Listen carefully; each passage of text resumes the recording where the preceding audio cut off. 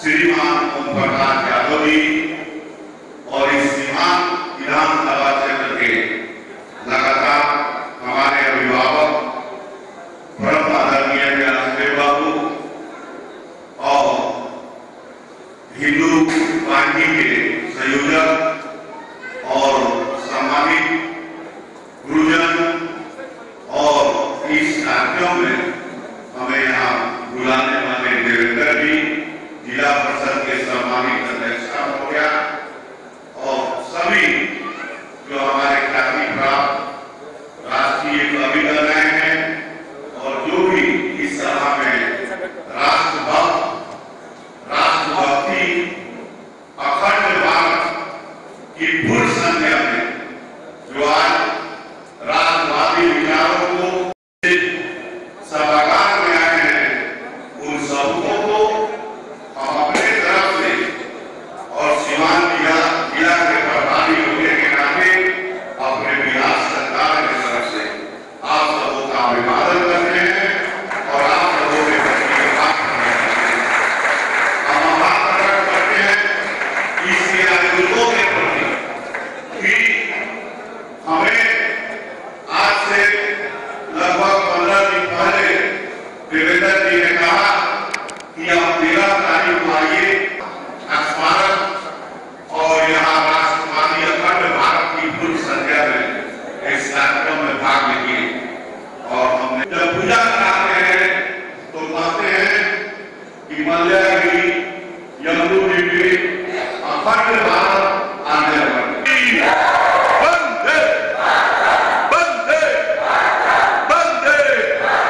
धन्यवाद।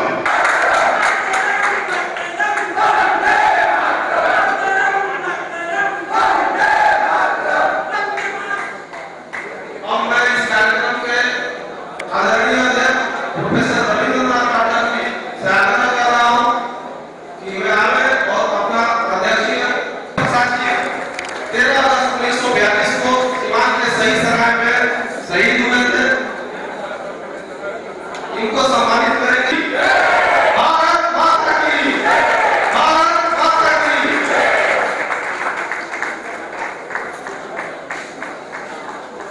देखिए सर,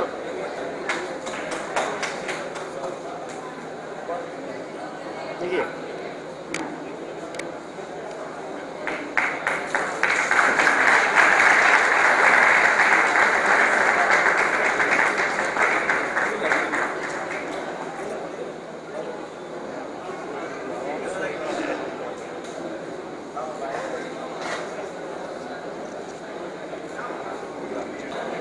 दाऊदपुर के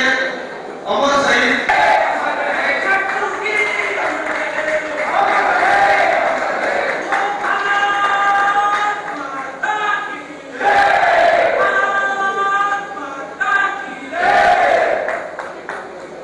देखिएगा भैया भैया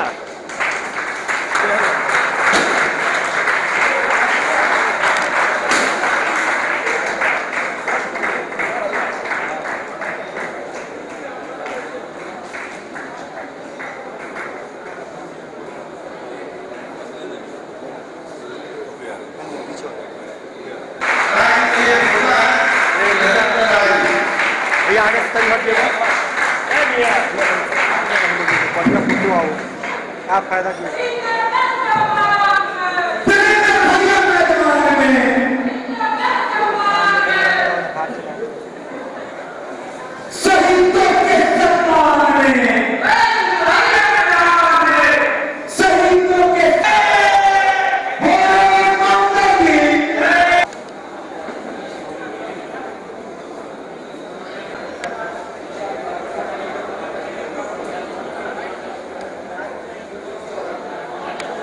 गौरवशाली है कि इनको सम्मानित किया गया और इसलिए हमें बनाया गया था। आप लोग साथियों की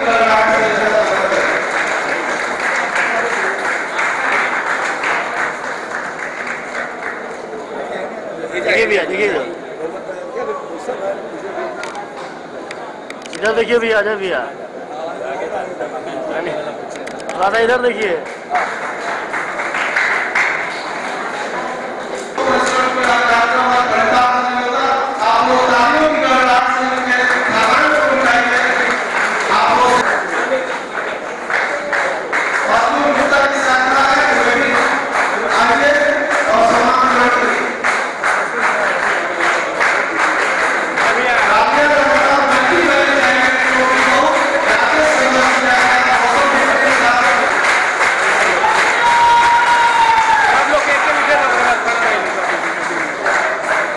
लाइन से खड़ा करा जो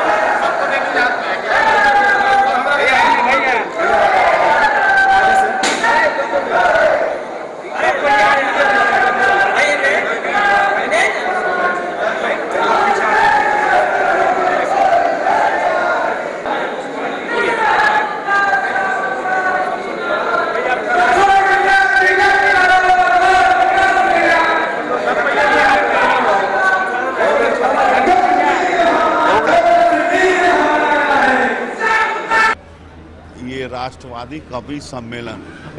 का जो आयोजन किया गया है,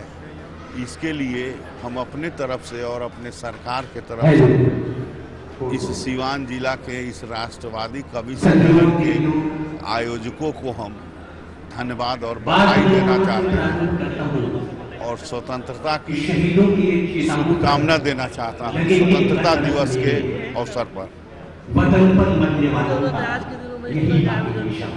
जी समाज में कितनी जरूरत है आज के दिनों में इस तरह का आयोजन करना बहुत जरूरी है। देश जब तक ये जनतांत्रिक देश भारत है और जब तक भारत जिंदा रहेगा तब तक राष्ट्रवादी विचारधारा का उदय होना है और यह अनंत चीज है, इसकी अंत नहीं होना है। जिसमें राष्ट्र के इस मौके पर हम उन तमाम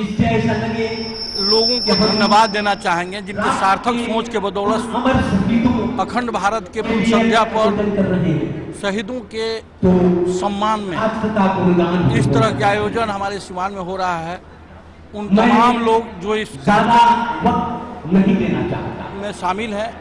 उनके उज्जवल भविष्य की कामना करना चाहेंगे, उनको धन्यवाद देना चाहेंगे क्योंकि राष्ट्र वैभवशाली राष्ट्र का निर्माण करने में नरेंद्र मोदी का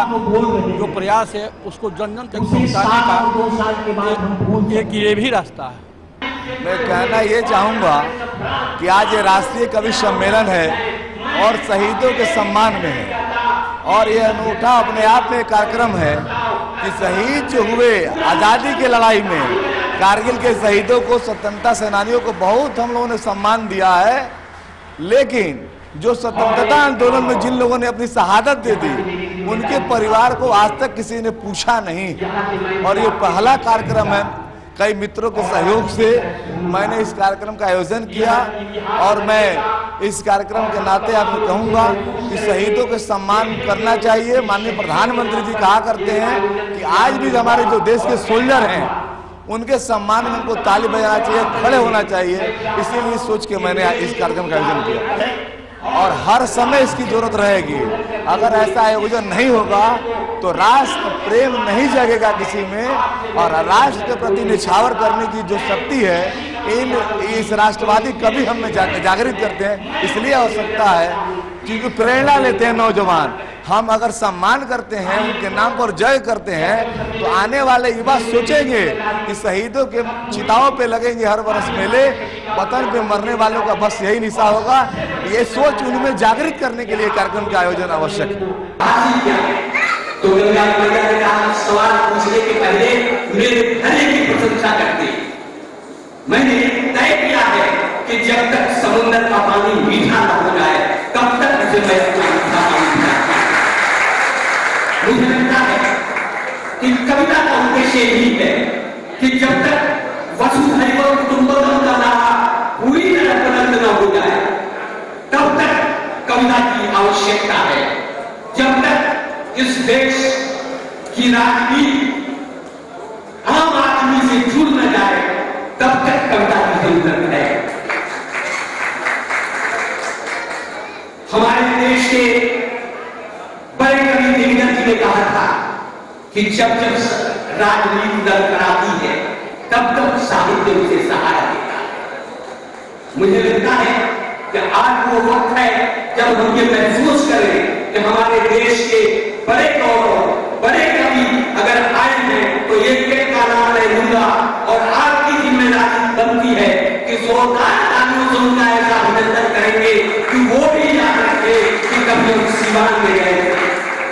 सबसे पहले मैं यहाँ से देश की राजधानी दिल्ली चलता हूँ। दिल्ली से हमारे बीच राष्ट्र के प्रति अपने आप को समर्पित करने वाला एक ऐसा कवि यहाँ उपस्थित है जिसे मैं हाथ जोड़ के निवेदन करता हूँ और पूरे सीवान की ओर से गजेंद्र सोलंकी को इस मंच पर आमंत्रित करता हूँ।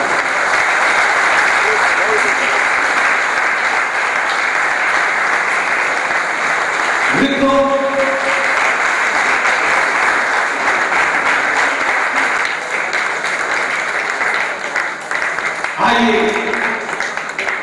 यह भारत बहुत बड़ा है। जब वो संचालन करेंगे तो आप ये महसूस करेंगे कि वो कैसा कवि है। मैं आगे कुछ नहीं कहूंगा, लेकिन एक बड़े कवि को मैं आमंत्रित करने जा रहा हूं। हमारे बीच आए हुए मध्य प्रदेश से हमारे भाई देवास के हमारे बीच पधारे हैं। मैं आपको आमंत्रित करता हूं कि आप और मंच पर आश्रय करेंगे। हमारे प्रतिनिधि तो हमारे बीच आए हुए सीवान के आप प्रतिनिधि हैं, एक सीवान के जिला में, और इसके बाद मैं निवेदन करता हूं अपने विधायक आदरणीय व्यास जी से।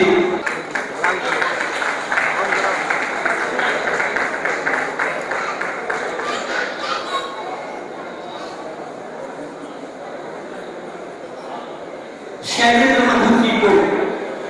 जो एक आवाज है श्री ओम प्रकाश यादव जी से का सम्मान करेगी। मैं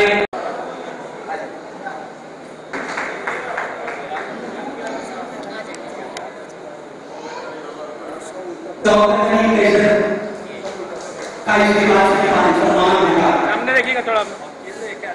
हमारे बीच श्री प्रसन्न सामने हो यादव जी यहाँ उपस्थित है। मैं देखिए सर, इधर देखिए, इधर राधेश्याम भारती जी को सम्मान देना है। आप बिना बात से बता रहे हैं।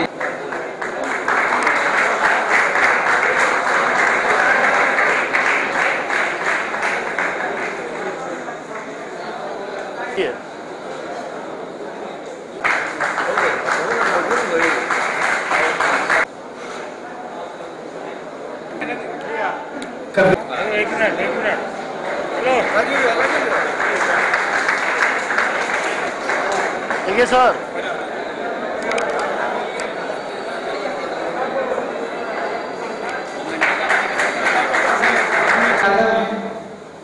मैं आज संचालन कर रहा हूँ, इसलिए ऐसा मत मानिएगा कि जैसा बिहार का यादवों ने किया है वैसा हम दोनों का किया। प्रमोद जी मेरे विधानसभा क्षेत्र में आए थे चुनाव के, प्रमोद जी मेरी विधानसभा क्षेत्र में आए थे प्रचार करने के लिए, वो जानते हैं मैं मध्य प्रदेश का ISI मान के यादव हूँ। मेरे इस्तेमाल में फिर विश्वास धूल के कण रक्त से धोए गए हैं, विश्व के संताप से धोए गए हैं, पांव के बल मत चलो अपमान होगा, सर शहीदों के यहाँ सीमांत की स्थिति घाटी पर जहां पर इतने हमारे शहीदों को आपने याद किया, उनके परिवारजनों का अभिनंदन किया, निसंदेह ये बड़ा काम है। सीमा पर जो दीप बुझे हैं देशवासियों भूल न जाना, जिस ममता की गोदी उजड़ी उसको मिलजुल धीर बंधाना, प्यार पिता का मांग पिलानी और बच्चों का बचपन रूठा, स्वतंत्रता दिवस पर एक दिया तो उन वीरों के नाम जलाना। आज संकल्पना का साकार स्वरूप इस सभागृह से आपने शुरू कर दिया है। यादव के माइक पर आते ही उसने गड़बड़ शुरू कर दी, अब तो नहीं करेगा। आइए हम इस कवि सम्मेलन को शहीदों के नाम करने जा रहे हैं। हमारी भारतवर्ष की जो दूसरी भाषा है उसके यशस्वी कलाकार जिन्होंने पूरी दुनिया में हिंदुस्तान के गौरव को स्थापित करने में अपनी ऊर्जा लगाई, मुद्दा गोरखपुर से चलकर हमारे बीच आए प्रोफेसर कलीम केसर इस मंच पर है। मैं चाहूंगा एक बार पूरा सदन जरा जोरदार तो की साधना को काम किया को हाँ, जो अगली पंक्ति में हमारे सज्जन बैठे हैं, आप तक बैठ जाते हैं, आप सबसे आगे बैठे। अगर आप आगे बैठ के बात करेंगे तो हम लोगों के लिए थोड़ा संकट हो जाएगा। कि शर्त दो कि साधना को आपकी आराधना को साहित्यिक स्थान मिले ऐसा बलिदान दो, कविता को रच और छंद का श्रृंगार करूं, गजलों से प्यार करूं ऐसा बलिदान दो, पल पल तुझसे दिलाई मशाल तेरे बाई और विद्या का तुझे बलिदान दो, और गीत भी कुमान सम्मान स्वाभिमान के हो, देश अभिमान के हो ऐसा बलिदान। और हम किस विचारधारा से आते हैं, अगली पंक्ति से अंतिम पंक्ति तक के लोगों का ध्यान चाहता हूं कि हाथ में उठाई है कलम माता शार दे तो सौगंधे तुम्हारी है कि फर्ज भी निभाएंगे, हाथ में उठाई है कलम माता शार दे तो सौगंधे तुम्हारी है कि फर्ज भी निभाएंगे, प्रियसी के रूप पे हम कोई गीत ना लिखेंगे लेकिन पीड़ितों के क्रंदनों को हम गाएंगे, और राज करने वाले राज करे सत्ताधीशियां हर मौसम में उन्हें हो दर्पण दिखाएंगे, और चोलियों में गीत लिखे फिल्म वाले गीतकार हम तो मातृभूमि के समान गीत गाएंगे, कि बिना बातिनी हमारी प्रार्थना यही है बस, प्राणियों में व्याप्त सत्य भावना संदेश हो, चारों ओर खुशियां ही खुशियां हो जगदम, रंज मात्र भी न कहीं काली मां कलेश हो, मांगे आपका हुआ आप है हमारी मां, आपकी कृपा में इस पुत्र पे हमेश हो, वो प्रार्थना है जग जग मुझको मिले जन्म, यही मेरी मातृभूमि यही मेरी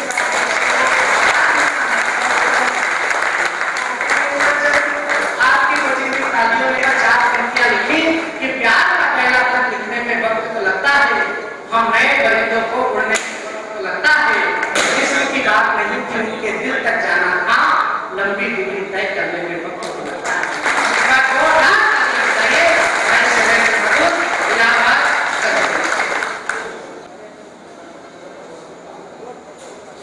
आज के इस समारोह में हिंदी और उर्दू के हस्ताक्षर जिनने अंतर्राष्ट्रीय मानक का हिंदुस्तान का नाम रोशन किया, बड़े भाई आदरणीय अध्यक्षता कर रहे करीब देखिए मैं आजाद धरती चलते कर आजाद की नगरी से आया हूँ, वहीं से बात करूँगा कि गोलियों पर चढ़ी जवानी, गोलियों पर चढ़ी जवानी, आँख में